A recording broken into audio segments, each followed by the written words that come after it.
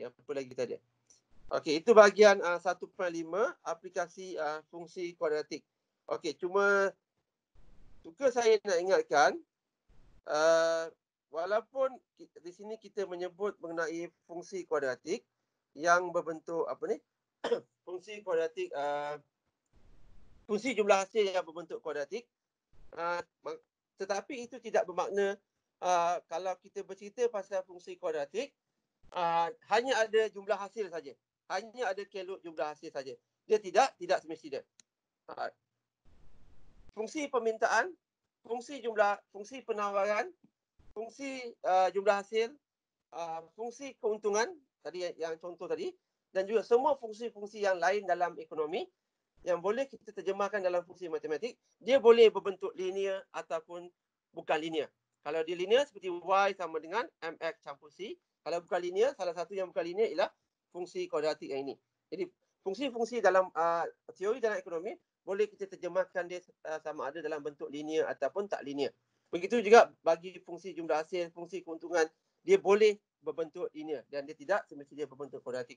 Aplikasi sistem persamaan ni, okey, kat sini ialah kombinasi fungsi linear dan fungsi kuadratik khususnya yang kita dah belajar sebelum ni. Okay, kalau lihat dalam aplikasi ni, kita ada satu titik yang dinamakan titik keseimbangan. Bila merujuk titik keseimbangan pasaran ni, dia merujuk kepada, kalau lihat dalam raja ni, dia merujuk kepada persilangan di antara kelok permintaan dan kelok penawaran. Saya rasa awak dah jumpa soalan ni secara tak langsung dalam latihan yang awak hantar semalam kan. Okey, apa yang dimasukkan dengan persilangan? Apabila kita ada kelok permintaan yang warna biru ni dan kelok penawaran yang berwarna merah ni. Kelok penawaran bercerun positif, kelok permintaan bercerun negatif, paksi melintang Q, paksi menegak P. Lagi sekali saya nak tekankan, bila awak melukis fungsi permintaan, fungsi penawaran, kelok jumlah hasil tadi, pastikan dia hanya wujud di bahagian positif. Kedua-duanya positif. P positif, Q positif, TR positif dan seterusnya. Dan pada titik persilangan ni, kita ada satu titik koordinat, QE dan PE lazimnya, dia merujuk pada titik keseimbangan. Kalau awak lihat nota yang ada di bahagian atas ni, awak boleh baca, apa yang dimasukkan sebagai titik persilangan kelok permintaan dan kelok penawaran, dia akan dinamakan sebagai titik keseimbangan. Di mana pada titik keseimbangan tersebut,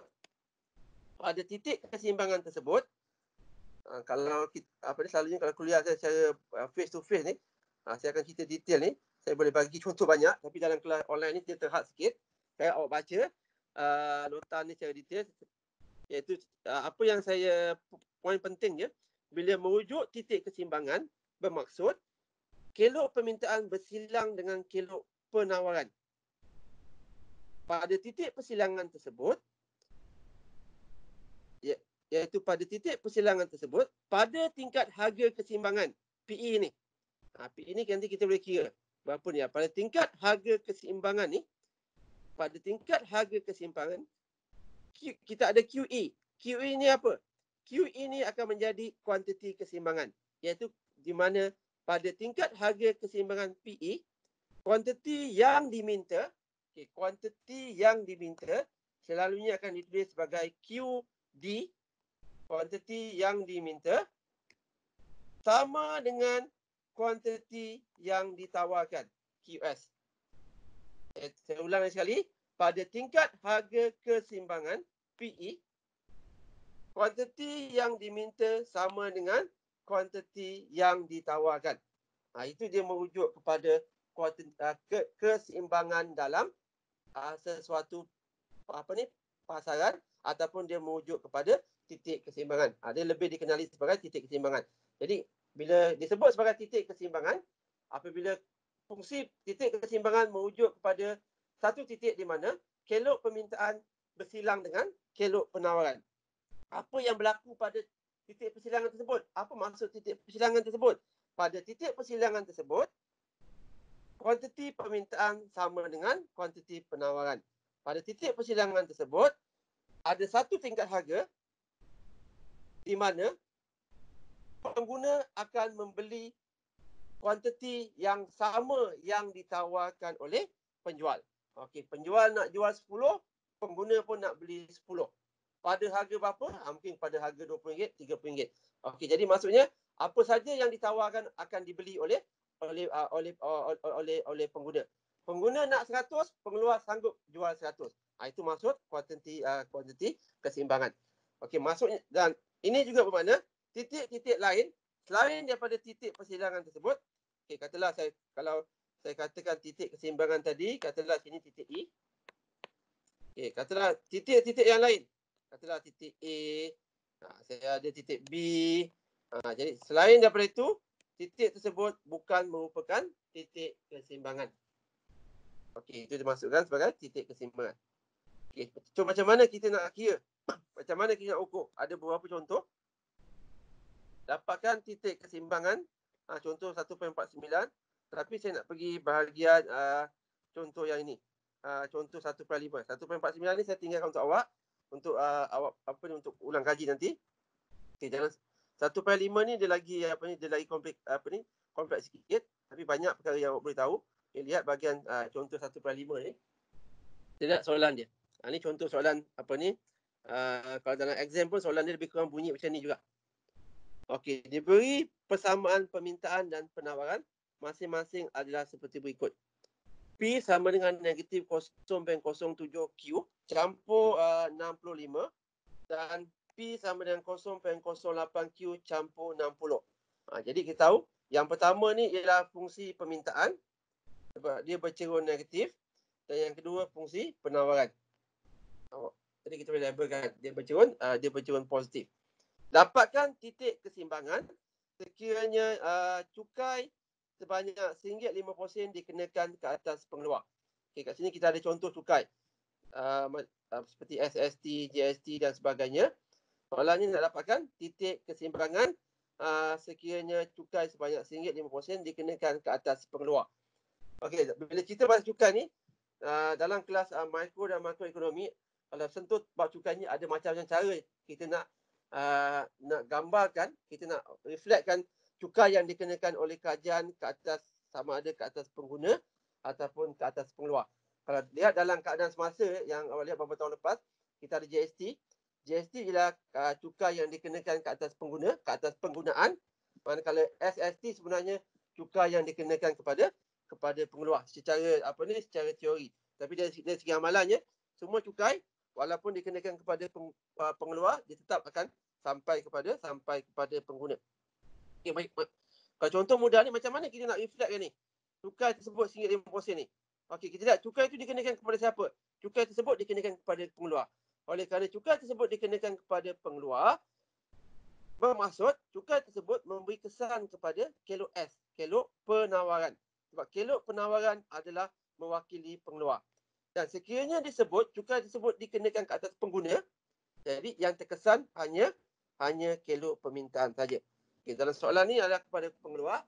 Jadi apa yang kita buat, kita campurkan RM1.50 ke atas kelok S. Jadi dia akan jadi kelok penawaran selepas cukai P sama dengan 0.08 campur 50 campur RM1.50 akan jadi 0.08Q campur dengan RM51.50.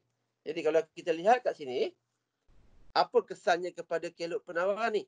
Okay, kalau lihat dalam konteks kelok penawaran ni, kalau sebelum ni kelok penawaran ialah 0.08Q, cerun dia campur 50. Bila dikenakan cukai, cerun dia masih sama, 0.08Q. Okey, jadi selepas cukai, kecerunan kelok penawaran tak berubah, masih kekal positif 0.08. Manakala titik pintasan dipaksa menegak, yang asal dia ialah 50. Sekarang dia dah berubah jadi RM51.50. Jadi yang berubah hanya nilai titik pintasan bagi fungsi penawaran sahaja. Fungsi permintaan kekal. Jadi kesan cukai ke atas kelok penawaran menyebabkan saya ulang balik. Kesan cukai ke atas kelok penawarannya ialah yang pertama, cukai tersebut tidak mengubah kecerunan dia. Maknanya kita ada kelok penawaran cukai yang baru ni, selepas cukai ni, cerun dia masih sama. Tetapi pintasan dia saja yang berubah. Jadi kat sini kita akan ada dua kelok bagi fungsi penawaran. Katalah yang mula-mula ni saya labelkan yang untuk perbandingan S1. Okay, ini katalah D1. Sekarang ni kita ada S yang kedua. Di mana S yang kedua, cerun dia sama, tetapi pintasan dia saja yang berbeza. Okey, itu dia punya dia punya gambaran. Soalan dia, dapatkan titik keseimbangan selepas cukai. Titik keseimbangan, kalau kita lihat bahagian sebelumnya, titik keseimbangan merujuk kepada apabila kelok permintaan bersilang dengan kelok penawaran. Iaitu kita boleh katakan apabila D sama dengan S. Kalau kita lihat kelok D1 sama dengan S1. Iaitu titik keseimbangan sebelum cukai. Iaitu saya ambil kelok permintaan yang asal D1 dan kelok permintaan penawar yang asal S1 dan saya samakan kedua-duanya. Itu cara kita nak dapatkan titik persilangan. Ini ialah D1 samakan dengan D2 dengan S1 dan selesaikan. Bila kita selesaikan kita akan dapat Q. Okey, Q di sini Q sama dengan 100. Jadi pada titik keseimbangan sebelum cukai Q sama dengan 100. Dan apabila saya gantikan Q sama dengan 100 ke dalam fungsi permintaan ataupun fungsi penawaran ni D1 ataupun S1, awak boleh pilih mana-mana, awak akan dapat jawapan yang sama. P sama dengan 58. Jadi pada titik keseimbangan sebelum ada cukai, harga keseimbangan 58, kuantiti keseimbangan sama dengan 100. Tetapi apabila kita ada cukai, apa kesan kepada cukai tadi? Cukai hanya memberi kesan kepada kelok penawaran. Iaitu kelok penawaran kita berubah daripada S1 ke S2. Tetapi kelok permintaan kita masih kekal, iaitu D1. Jadi kita samakan kali ini D1 dengan S2 juga. Dengan S2 pula. Iaitu D1 negatif 0.07 Q campur 65 tak berubah. Sama dengan S2 0.08 Q campur 51/5. Dan selesaikan untuk Q. Kali ini anda dapat Q sama dengan 90. Jadi kuantiti keseimbangan baru ialah 90. Kalau sebelum ni 100 kan berubah jadi 90. Kemudian gantikan Q sama dengan 90 ke dalam fungsi permintaan D1 ataupun fungsi penawaran S2. Awak boleh pilih salah satu. Dan contoh ni saya pilih D1, kita akan dapat RM58.70. Iaitu harga keseimbangan baru ialah RM58.70 berbanding dengan harga keseimbangan yang lama ialah RM58 sahaja. Jadi selepas cukai dikenakan, kita dapati ada perbezaan dari segi titik keseimbangan dia. Dan kalau bila saya lakarkan kedua-dua kelok tersebut, ini kelok dia. Kalau kita pergi balik apa yang saya sebut tadi. Okay, kita ada kelok permintaan dan kelok penawaran. Okey, kelok permintaan yang asal ialah D1. Kelok penawaran yang asal, kelok permintaan yang asal ialah D1. Yang ini warna biru ni. Manakala kelok permintaan dia ialah S1. Ini kelok S1. Dan bila kita dapatkan titik persilangan, saya dapat titik koordinat E1 ni. Saya dapat titik koordinat E ni, E1 ni iaitu Q sama dengan 100, P sama dengan 58. Ni dari segi raja dia begini. Itu dia titik E1. Iaitu titik keseimbangan sebelum cukai. Dan apabila cukai dikenakan, kita tahu apabila cukai dikenakan, seperti yang dah ditunjukkan tadi, dia mengubah bentuk kelok S1. Apa yang berubah? Kelok S1, dia berubah jadi S2. Apa perbezaan S1 dan S2? Seperti yang saya dah explain tadi. S2 ni, cerun dia masih sama dengan S1. 0.08. Tetapi pintasan dia saja yang berbeza. Jadi bila kita lukis kelok S2, kita perlu pastikan kelok S2 ni, dia mesti kelok S2 ni dia mesti selari dengan kelok S1 tapi pintasan dia lebih tinggi sikit. Okey, kalau kita selalu tulis pintasan dia sekarang, kalau yang sebelum ni 50 di bawah, yang di atas ni pintasan dia ada RM51.50. Hanya perbezaan antara S1 dan S2 adalah pada titik pintasan sahaja. Tapi cirun dia sama, bermaksud bila kita lukis, kita akan tunjukkan kedua-dua kelok tersebut adalah selari antara satu sama lain. Dan dalam ekonomi, pergerakan kelok S1 dan S2 ni, kalau awak lihat, S1 bergerak ke S2, ini dalam bahasa ekonomi ni, dalam buku teks dia akan tulis, kelok S1 beranjak ataupun shifted. Kelok S1 beranjak ke sebelah, beranjak secara selari ke sebelah kiri, iaitu ke S2. Selari bermaksud kedua-dua kelok tersebut dia mesti dia mempunyai cirun yang sama, hanya pintasan saja yang berbeza. Dan apabila kita dapat titik persilangan, D kekal, kelok permintaan D1 masih kekal, nampak? D1 masih kekal, tak berubah. Apabila kita akan dapat satu titik persilangan yang lain.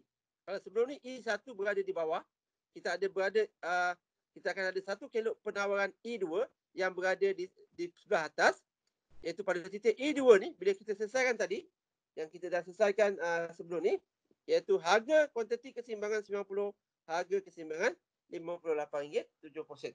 Jadi kesimpulannya di sini ialah apabila cukai sebanyak RM1.50 dikenakan ke atas pengeluar, kesannya kuantiti keseimbangan akan bergerak daripada E1 ke E2, bermaksud kuantiti keseimbangan semakin berkurangan daripada 100 dia jadi 90, manakala harga keseimbangan akan meningkat daripada 58 kepada RM58.70. Ini contoh yang agak kompleks sikit. Kalau awak boleh faham contoh ni, bagi saya kalau anda dapat faham contoh ni dengan baik, anda akan faham sebahagian besar perkara yang berkaitan dengan fungsi permintaan dan fungsi penawaran. Sebab walaupun ni dalam satu rajah saja, tapi dia merangkumi topik 1.1, 1.2, 1.3, 1.4 fungsi kuadratik tak ada, dia bentuk linear, 1.5 pun tak ada, 1.6, 1.7. Dia merangkumi sebahagian besar topik yang kita dah belajar melalui rajah ini saja. Jadi contoh ni amat penting untuk anda faham topik-topik yang kita dah belajar sebelum ni. Ini kuantiti yang perlu dikeluarkan untuk memperoleh keuntungan sebanyak RM10,000. Ini just hanya manipulasi equation ni. Okey, keuntungan kita dah tetapkan. Okey, kalau firma tersebut nak untung RM10,000, berapa kuantiti pengeluaran dia? Berapa Q? Kalau pi dia dah RM10,000, selesaikan untuk Q, kita akan dapat firma perlu mengeluarkan sebanyak 2,562.21 unit untuk memastikan dia dapat keuntungan positif RM10,000. Okey. Lihat jadualnya. Kita dah ada tadi. Ini hanya tambahan soalan tadi. Okey. Kita boleh grafkan dia. Kita boleh lakarkan dia tadi. Okey. Semua nampak? Saya sedang tunjukkan rajah 1.12. Fungsi hasil dan fungsi kos dalam bentuk rajah. Okey. Tadi kita kata fungsi jumlah hasil kita ialah TR sama dengan 8Q. Okey. Saya nak ulang kaji balik. Okey, apa fungsi yang kita dah belajar? Kita dah belajar fungsi linear. Apa bentuk umum fungsi linear? Y sama dengan MX campur C. Dan kita juga dah belajar fungsi kuadratik. Apa bentuk umum fungsi kuadratik? Y sama dengan AX kuasa 2 campur BX campur C. Okey. Sekarang kita nak apply kan kedua-dua fungsi ni. Fungsi jumlah hasil sama dengan TR sama dengan 8Q. Dia adalah menyamai bentuk linear. Tetapi bagi fungsi TR ni, pintasan dia C dia kosong. Jadi bila kita lakarkan, dia adalah bercurun positif seperti ini, iaitu bahagian TC dan bahagian TR dan Q yang positif. Dan sebelum tu pastikan paksi menegak ialah TR, paksi melintang ialah kuantiti. Lazimnya kuantiti yang mesti berada di paksi melintang. fungsi jumlah kos tadi. Okey, fungsi jumlah kos tadi, okey, seperti yang ditulis ni. TC sama dengan 5,000 campur 2.2 Q. Tak ada bahagian Q kuasa 2. Hanya ada bahagian Q dan 5,000. Jadi dia menyamai fungsi linear juga. Jadi TC juga berbentuk linear. TC juga berbentuk linear. Dan bila kita lakarkan, tapi TC ini dia ada pintasan. Iaitu di paksi menegak, pintasan dia adalah sama dengan 5,000 seperti yang ditunjukkan. Dan ini bermaksud saya ada dua kelok, dua fungsi. TR dan TC kedua-duanya bercerun positif. TR bercerun positif 8, TC bercerun positif 2.2. Ini awak perlu berhati-hati bila melukis dua fungsi linear yang bercerun positif. Kedua-duanya positif. Ada satu bahagian dalam nota saya tunjukkan. Fungsi linear yang bercerun dia sama, semuanya positif dan semuanya negatif. Jadi, yang cerun paling negatif, dia mesti lagi curam. Yang kelok yang berwarna biru ni. Berbanding dengan yang kelok yang berwarna merah ni, 2.2 ni. TC, cerun je hanya 2.2, lebih kecil daripada 8. Jadi dia lebih landai. Dan bila kita lukis kelok ni, kita akan dapat kelok ni dia mesti bersilang. Dia akan ada satu titik persilangan seperti yang saya tandakan ni. Titik persilangan inilah yang menunjukkan titik di mana titik persilangan tersebut ialah titik di mana TR sama dengan TC. Iaitu dia merujuk kepada nilai pi sama dengan kosong. Jadi titik pulang modal merujuk kepada titik di mana persilangan kelok jumlah hasil dan jumlah kos. Iaitu apabila TR sama dengan TC. Jadi kat sini kalau kita lihat pada titik persilangan, Q sama dengan 862.07 yang kita dapat tadi. Dan jumlah hasil dia ialah 6896.56. Ini contoh bagaimana kita boleh dapat titik persilangan. Bagi kelok, jumlah hasil dan jumlah kos. Okey, cuba lihat rajah yang di bawah apa ni. Okey, ini kita ada fungsi keuntungan. Okey, fungsi keuntungan pi sama dengan 5.8Q tolak 5,000. Fungsi keuntungan juga bercerun. Okey, fungsi keuntungan juga berbentuk linear. Dia mempunyai bentuk linear. Cerun dia positif, tapi pintasan dia pada titik 5,000. Paksi melintang masih Q, paksi menegak masih pi. Okey, tiga titik yang kita dah kira tadi, iaitu pada Q sama dengan 1,800. Kalau lihat soalan sebelum ni, bila Q sama dengan 1,800, jumlah keuntungan positif 5,440. Tetapi apabila Q sama dengan 450, keuntungan dia adalah negatif 2390. Dan tadi, pada pi sama dengan kosong. Tadi kita kira kan? Pi sama dengan kosong. Pada titik pulang modal, pi sama dengan kosong, bermaksud TR sama dengan TC.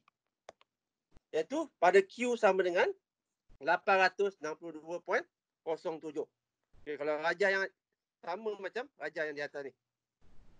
Itu apabila kelok pi bersilang dengan paksi melintang. Paksi Q. Dan dia berbentuk linear. Okey, jadi ini rajah ni dia menunjukkan dua rajah ni dia menunjukkan bagaimana kita boleh melukis fungsi jumlah hasil dan fungsi jumlah kos mengikut bentuk fungsi tersebut. Dalam kes ni ialah ketiga-tiga fungsi tersebut adalah berbentuk linear. Tetapi tidak semestinya kesemua fungsi tersebut hanya berbentuk linear. Dia juga boleh berbentuk kuadratik. Seperti kalau awak lihat dalam contoh yang ini. Ini contoh saya tinggalkan untuk awak buat ulang kaji. Okey, kita ada fungsi fungsi jumlah hasil dan fungsi jumlah kos. Cuba kali ini fungsi jumlah hasil berbentuk kuadratik, fungsi jumlah kos berbentuk linear. Dan kalau awak selesaikan, awak akan jumpa 2 titik persilangan ya.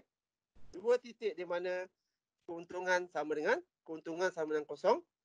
Pada itu titik peluang modal berlaku pada tingkat pengeluaran 1 dan tingkat Q sama dengan 1 dan Q sama dengan 12. Okey, ini saya tinggalkan untuk awak punya ulang kaji ya. Tengok balik macam mana pengiran ni dibuat. Okey, ada soalan setakat ni?